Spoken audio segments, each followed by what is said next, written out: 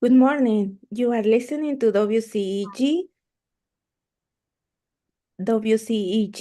talkradio.com. Thank you so much for being with us this morning. And remember, the comments, the suggestions in these programs are for the presenters and the guests, and not for WCEG talkradio.com. Also, I invite you to like us on Facebook, Instagram, watch our videos on YouTube, and communicate with us through WCEG Network, Tal Radio, and leave your comments and also your suggestions for this program. Thank you so much again. And as you can see, our guest for today is Miss Valencia Stovall, and I want to let her introduce herself and telling us a little bit about you, Miss Stovall.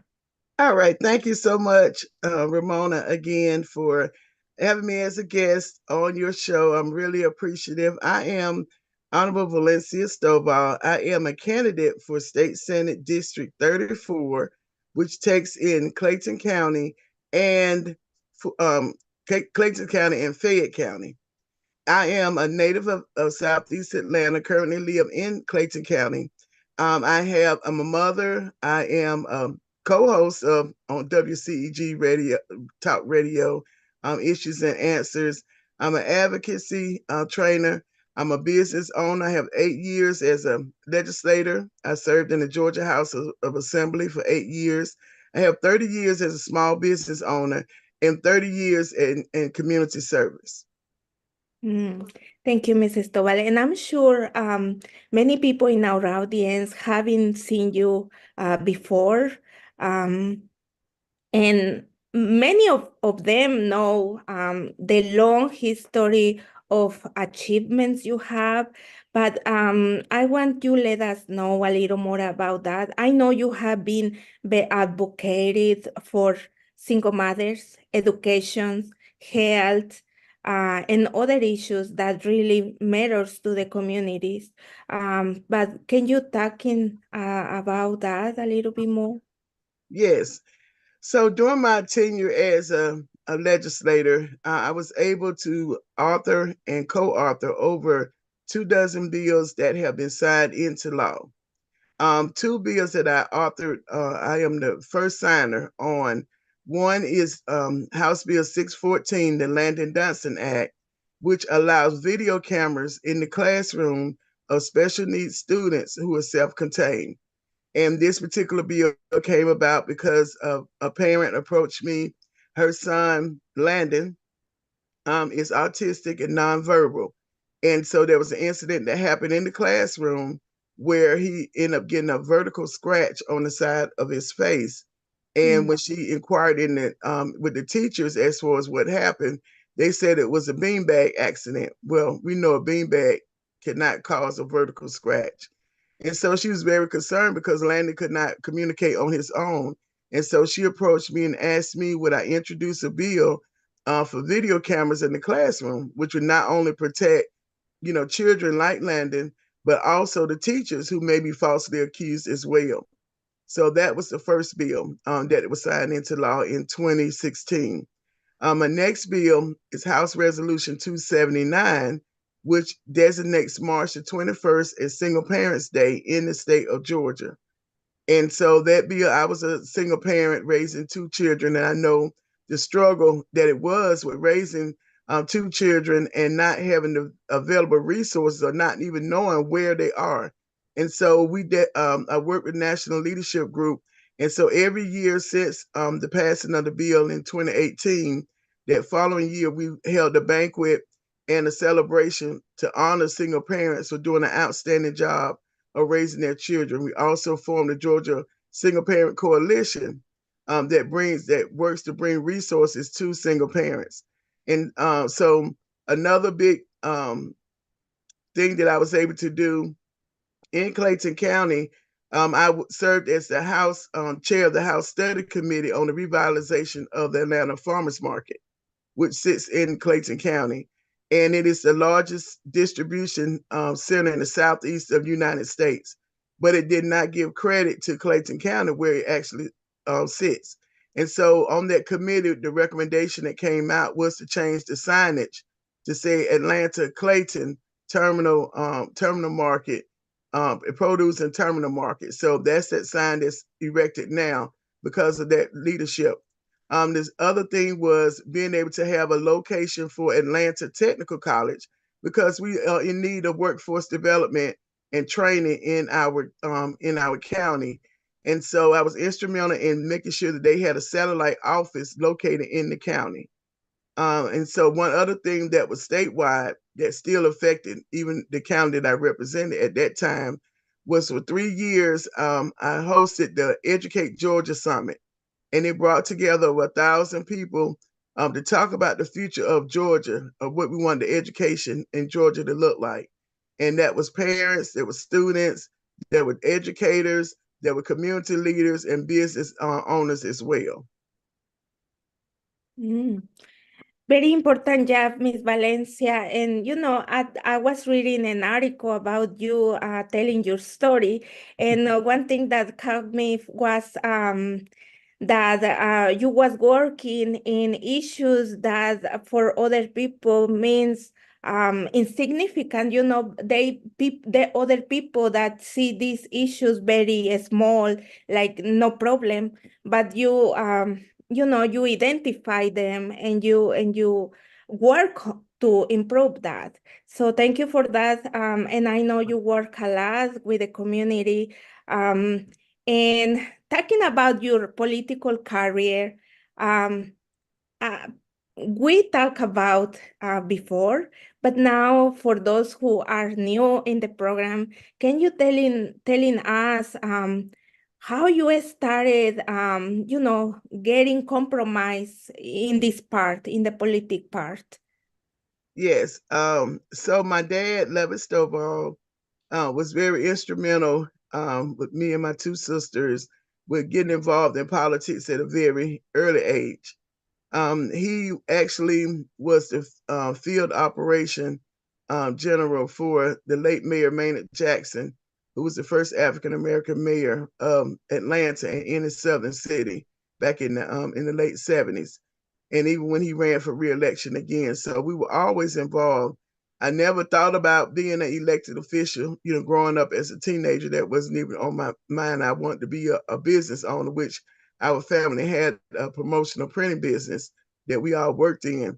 And so we moved to Clayton County, and we had a business location in Clayton County.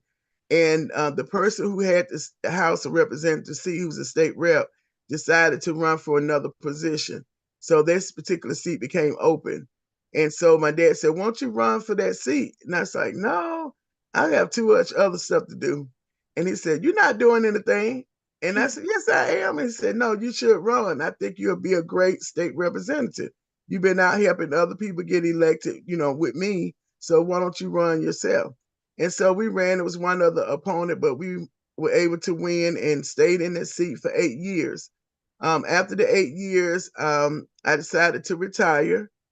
And it was a short retirement because someone asked me, would I consider running for U.S. Senate? And so I ran for U.S. Senate in a 21-person race. It was 21 people in that race.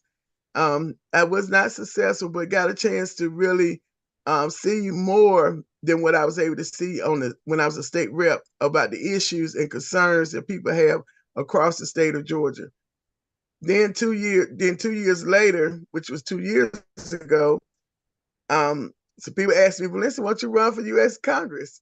And so I ran for Congressional District 5, was not successful, but got a chance again to see on a wider and broader scale as far as the needs that are there and the potential of communities that we consider low income and impoverished. What are those potential that can actually happen to bring those communities up from where they are now? And so after that, I was like, no, I'm not running anymore. And then somebody called me. A lot of people called and said, hey, this particular seat that you're in, the person is retiring. Once you go back to the state capitol, on the other side in the chamber of the Senate, and continue to fight and do what you were doing before. So it took me a long time, Ramona, to decide, because I know it takes a lot of time, out of your personal life and a lot of sacrifices when you're running for office. But when you have a heart to serve the people, then you have to answer to the call. And so that's what brought me here this morning, to be able to interview and brought me into this race. Thank you, Mrs. Stovall. And I think, there is a reason why you are still there. If if you have been decided to not go again, but there is so many people behind you, I'm sure, that is pushing you to. And, I believe you are the one of the persons that can do the job. So that is the reason, and so in this campaign and this candidacy you are running right now for Senate, what are your targets for the people, for the constituents?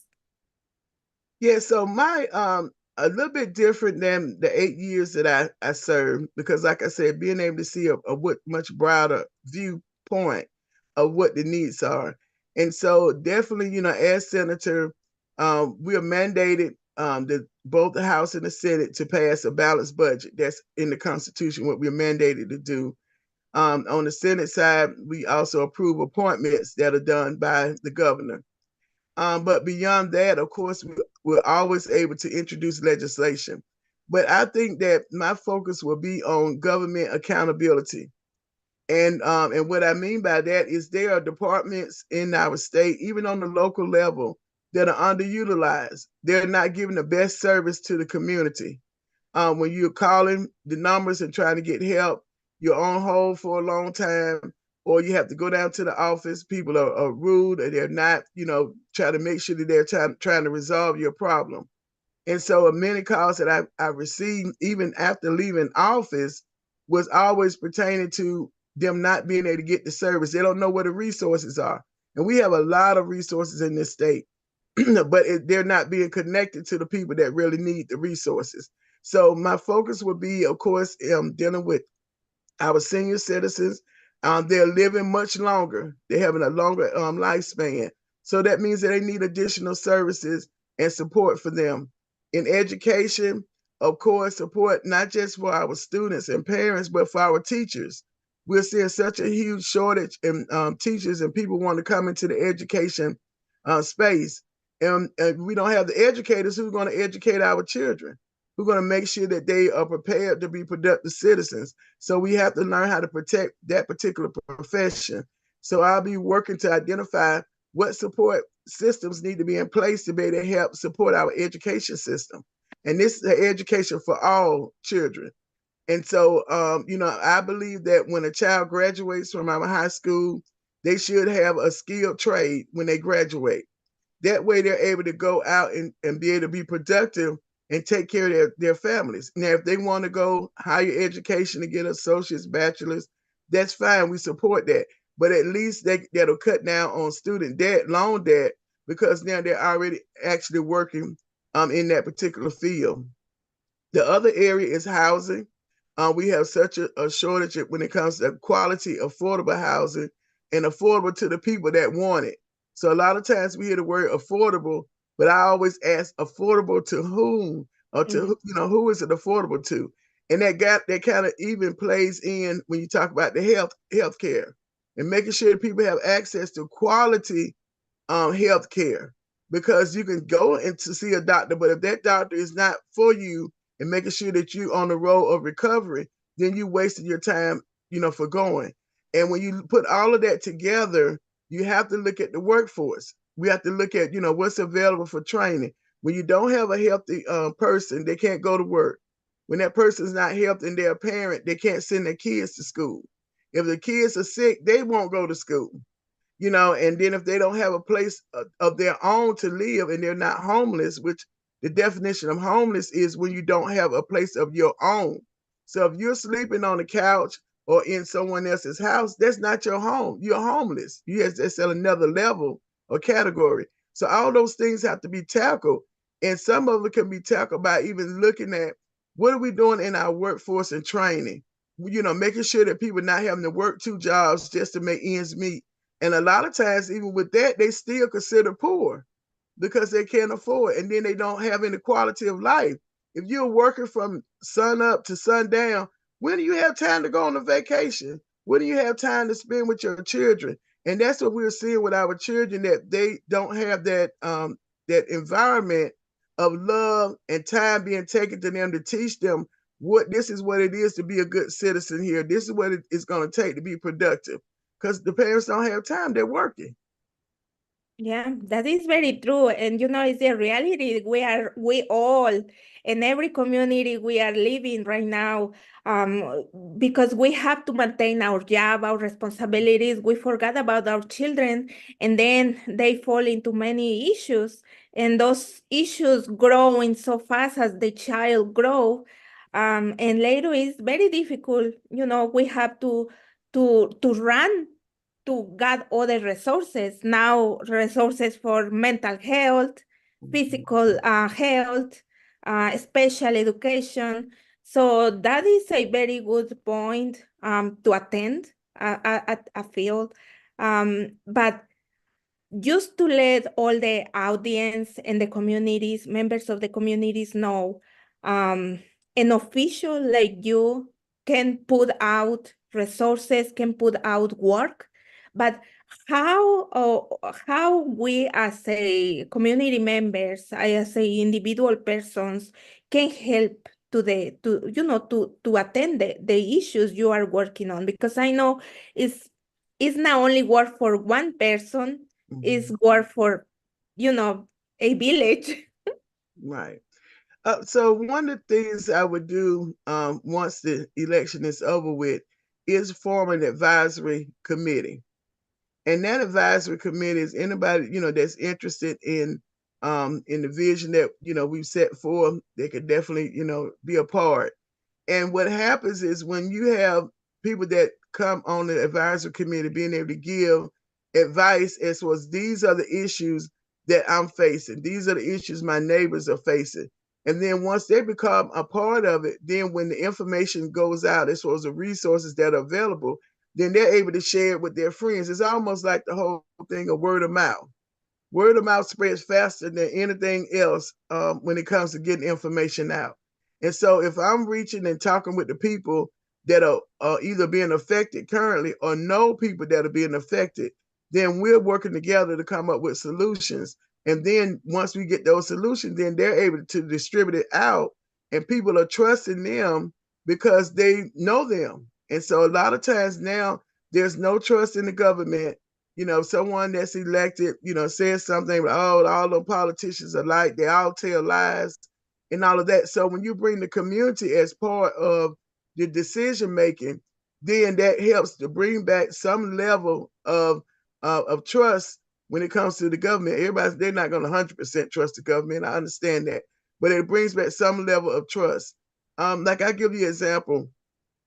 There's been this issue that's been ongoing in the state, dealing with DACA students that, were brought here not on their own, not, going through the proper process, but they become students in our school district across the state.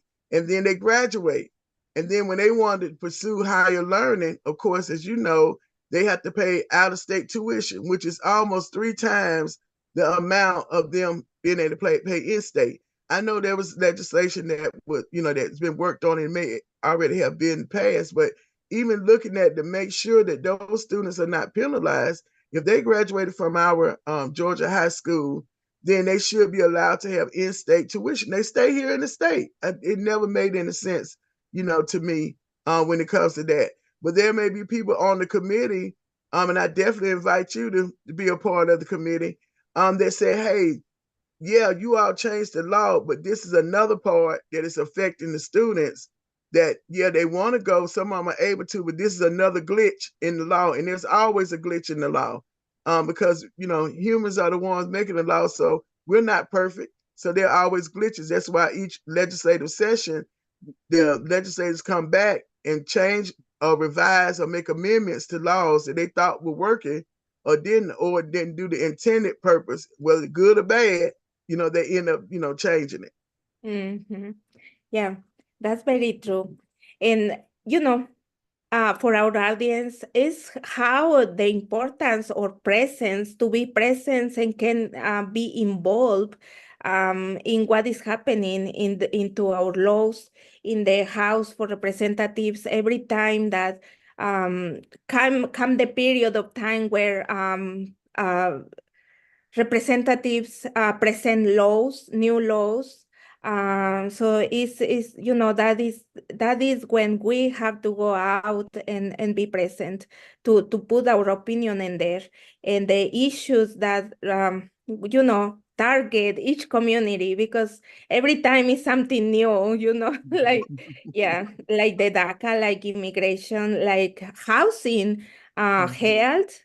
Uh, I think it was at the beginning of this year, the state made a review for Medicaid. I have seen you working so hard with Medicaid, and benefits. And in my opinion, I think it must to be reviewed, but like you say, there are people that really needs a lot. Uh, but can you tell us a little bit about that specific job? Because I know many people lost benefits and they have been struggling so hard on that. Yes. So in earlier this year, last year, 500,000 people were removed from the Medicaid coverage. And that was because on the federal level, they had a mandate for each state to review and reauthorize individuals that were receiving Medicaid. So during COVID, during that time, nobody had to worry about medical insurance. So if you had an issue with COVID or whatever, then your bill was covered by the government. And so that means everybody was enrolled in Medicaid coverage. So now that COVID is not as prevalent as it was then, the federal government said, okay, each state, you have to now look at your roll, those who are enrolled, and those who normally would not qualify, you need to remove them from the roll. So what happened, instead of the state taking the time to look and make sure that those who previously had Medicaid and those who now qualify remain on the Medicaid, they just went and everybody got unenrolled. And so a lot of people did not know, especially if you change your address from the time with COVID up until now. And about 28% of those unenrolled were children and those that were disabled. So, and they didn't even know until they took their child to the doctor and they were told by the doctor, oh, you don't have coverage. And they said, yes, I do. I have my Medicaid card. They said, no, you don't have coverage. You lost coverage. So you think about a parent whose child is sick, they take them to the doctor, and now to find out they don't have coverage, what are they going to do? They're going to have to take that sick child back home and try to figure out what to do with it because they can't afford to take them to a regular doctor because they wouldn't been on Medicaid. So, and then you had senior citizens who were affected because a lot of the seniors had Medicaid and Medicare. So the Medicare part was not affected. The Medicaid was, and the Medicaid was covered transportation and medicine, paying for that. So you think about it, as a senior citizen, you need to get to your doctor for your regular appointment. And it's so hard for them to keep their appointment because if they miss that date, they have to wait almost 30 days to be able to get back to the doctor. So you think about a senior has called to make an arrangement for transportation to pick them up and then take them to the doctor. And they're trying to call and they say, oh, I'm sorry, we won't be able to pick you up. And just thinking they had to go to dialysis, or something like that. They couldn't go. That is life-threatening, to them. And then if they needed their medicine and they're not able to get their medicine, that's life-threatening. So then the federal government wrote a letter to the state and said that you all have to tell us how you're going to get these people back enrolled on the list that you all took off. And so the state had to send in 7 things that they plan on doing. And so, but everyone, I can't impress it enough to make sure you check your status. Because like with my dad, we fill out his form and he had just got renewed in February. Well, Mm. they did the unenrollment, I think, in April. So I received a letter. I'm thinking, I already renewed him in February. His time was, I didn't have any idea that the federal government had this authorization to reauthorize everybody. And so I just said, well, you know what? Let me just go ahead and go into the system in the gateway and just renew him. And sure enough, it was up there saying pending that he need to be renewed. So you think about other people that might not have someone like me or like you that's knowledgeable, they lost their coverage. And now they have till May the 31st to go in and re-enroll. So I must, I can't stress it enough to your audience. Go check your status. Go to gateway.ga.gov, and the same place you went to apply, go back to that same place. That's probably the easiest thing.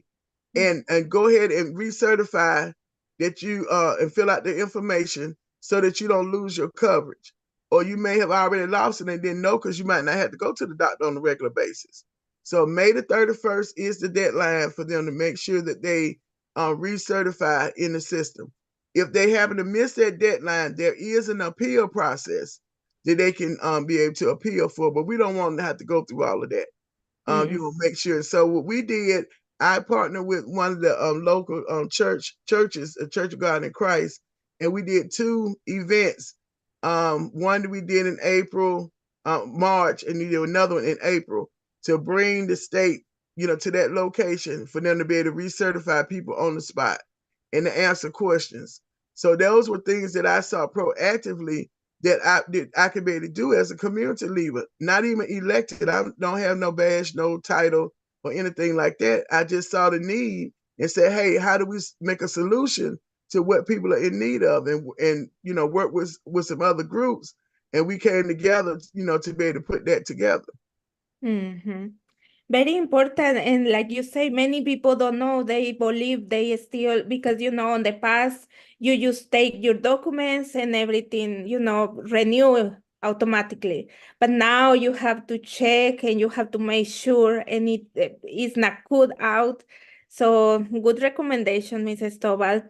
And, I know you have been doing a lot of events, attending to different events. What are the next you're gonna be? And also, before the time run, can you telling me your social media or where people can get connected with you? Okay. Yeah, so I can be you can find me on social media at Valencia Stovall GA for Facebook, and on Instagram, LinkedIn, and Twitter. It's at Valencia Stovall. There's 2 L's in Stovall. And my website is gostovall.com, GOSTOVALL.com. And so you could go on there and sign up to volunteer if you want to volunteer. We're getting geared up for Election Day on May the 21st. Right now, there is early voting going on at select locations. And if you're in the Clayton and Fayette area in the district, you can go to my website. We have a flyer on there that tells you where the locations are with the address, the time that they're open as well. And if you want to make a donation to the campaign of any amount, that's more than welcome. You could go to the website to do that. We still have work to do. We still have to get the message out. That's why I appreciate you allowing me to be able to come on and talk about my platform, talk about the things I've done in the past, and knowing that if I've done it in the past, it's no issue, no problem for me to be able to do it again. I've always been accessible, bold leadership. If I see that something's not right, I try to find out what's the solution, because we spend a lot of time talking about the problem, but people have real issues and they want solutions. And so that's my job if I'm elected, and even when I was elected, is to find solutions. I'm the voice for the people. When you vote for me, you're voting, I'm your voice to go down to the state capitol, to go around the state, even to go nationally if there are issues that we need to tackle to bring back to our community. And Yeah. so it's no particular, event. I'm just kind of wherever I find out where I need to be. And if someone wants to do a meet and greet and they say, hey, I want you to come to my community to talk to my family, talk to my friends, You can get my information off the website, gostovall.com, to contact me and say, hey, and email us and say, hey, I want you to come to my community to talk to us. And I'll definitely be willing to do that. Thank you. And that is something that personally I tell my audience, you have to look at the person, the character of the person and the flexibility for the person, because it's not the same that you can see the person everywhere in TV, but if this person not taking the time or is not flexible to you, you have to think twice, you know. So, and lastly, Ms. Valencia, can you telling me a little bit about, I think, your slogan, the book, the bag, and the ballot? Yes. So the book, and the ballot, those are slogans that I actually first heard through the late Mayor Maynard Jackson. Those, if you ever listen to any of his recordings when he's talking about the work that he did in Atlanta, he always references those three. Might not be in the same order, but you're going to hit the three B's. And so the book is economic rejuvenation. That's a focus that I have on how do we rejuvenate our economy in Clayton, and how do we sustain what's going on in Fayette and increase it. Everything has room for improvement. And so with that, you're looking at our small businesses. Many of them suffered during COVID. And so my focus will be how do we sustain those small businesses, give them the support that they need according to the resources that are available that many of them may not even know that are available. And then those who want to become entrepreneurs, how do we then support them in their journey for entrepreneurship? And so looking at dealing with all of that as well. Quality and affordable housing is a part of that rejuvenation, because if you don't have, like I said earlier, if you don't have a home, and whether that's actually a home like a house, or whether that's an apartment, or whether those are townhomes, or whether they're co-op, whatever it is that you want or the individual wants that they consider their home, how do we help to make sure that they are there? Also, affordable and quality health care falls up under the buck, because like I said, if you're sick, you can't work, you can't enjoy quality of life. So the next one is the book, and the book is Reimagining Education. Education is our foundation for everything that we're going to do in life, and especially here in Georgia.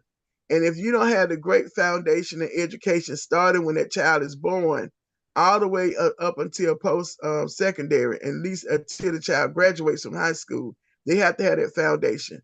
Whatever that looks like for that child and that parent, I'm in support of it. I'm in support for public schools. I'm in support of non-traditional public schools. I'm in support of private schools. I'm in support of homeschool. I'm in support of virtual schools. Whatever it's going to take to make sure that child has that foundation, I'm in support of that type of education. And I believe that parents should have that choice on what they think is best for their children, and have the option to switch up if they want to. We need to make sure that we're supporting that. The apprenticeship programs I talked about earlier is identifying those ways that our young people can now find and identify a trade in the area that they are most talented in. When we have trades or careers where children already feel talented in and they naturally know how to do it, they stay in those careers for a very, very long time. They don't mind going to work. So you don't have this negativity when you walk into a building that you wonder, why they even come to work today? Because they're excited about being there. And those are the things that I'll be pushing, is helping those young people to identify what your God natural talent that he gave you, and help, how do we steer them in that direction so that they can have a happier life here. And when they happy, everybody around them is happy. We don't have to worry about the high crime rate that we're seeing, among our young people. Education and parent support systems with education is very, very important. So not just supporting the student, but supporting our teachers when it comes down to, pay, but also the environment that our teachers are in. They need to have a supportive environment by the administration for things that they want to do. They went to school to study this. So why we don't have, they're not having the freedom to be able to teach how they need without a lot of repercussions of how they're teaching these, these particular subjects. The last one is the ballot, government accountability. Looking at our justice system and making sure we have a robust and fair justice system here. A lot of people said they're guilty. They haven't even had their day in court. And if they're guilty, yeah, you give them the proper sentencing. But so many people sitting in jail and haven't had their court date. That's not right. That's not what we in America say. We say everybody is innocent until proven guilty. So give them their day in court when it comes to that. I talked earlier about our different departments, and not just on the state level, working collaboratively with our local officials on mayor, city council, county commission, and school board to see how we could be more efficient with the delivery of services that we're giving to the citizens. A lot of them are missing out on a whole lot of things. Talk about senior citizen services, focusing on that, support with people with disabilities, because they want to be able to live independently as well. And so we need to make sure we're supporting that. Veteran support, and of course, the one that's most important is voter education and engagement. And so that's why I do a lot in advocacy, teaching people how to advocate for yourself, what you deserve. We all deserve the best, but sometimes people don't even believe they deserve the best. And you can see that in some of the communities. Yeah, that's very true and very important. And that specifically part that people, I deserve and I'm gonna fight for that and for have that. Thank you so much, Mrs. Stovall. We need more time to talk about other issues, but the most important I feel is here. And let me translate just a little bit in Spanish for our audience, Hispanic and Latino American. Buenos días, muchas gracias por estar hoy otra vez con nosotros en WCEG Network. Nosotros, como pueden ver, tenemos nuestra invitada especial, Valencia Stovall. Ella es una candidata para el Senado a 34. Ella fue electa en el 2012 y desde entonces ha estado trabajando para las comunidades en diferentes situaciones y tópicos. Esta fue su primer trabajo, entiendo, el 2016. Ella legisló para poner cámaras en los cuartos de clase para niños especiales, donde a veces pasan incidentes y los maestros a veces no nos saben explicar qué pasó a nuestros niños. Eso es algo muy importante. Ella también ha hecho advocacia en el 2018 para reconocer a los padres jóvenes, padres que tienen